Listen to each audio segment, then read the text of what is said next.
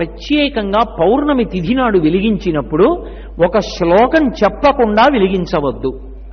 ఒక శ్లోకం చెప్పాలి, చెప్పి వెలిగించాలి. ఆ దీపాన్ని దీపంగా కాదు, ఆ దీపంలోకి ఈశ్వరుణ్ణి ఆవాహన చేస్తారు.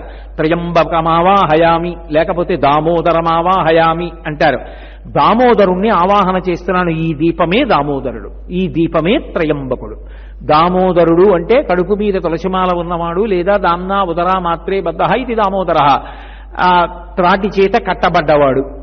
లేదు, ఆయన పరమశివస్వరూపంగా చెప్తే మూడు లోకములకు తండ్రి అయినటువంటి వాడు.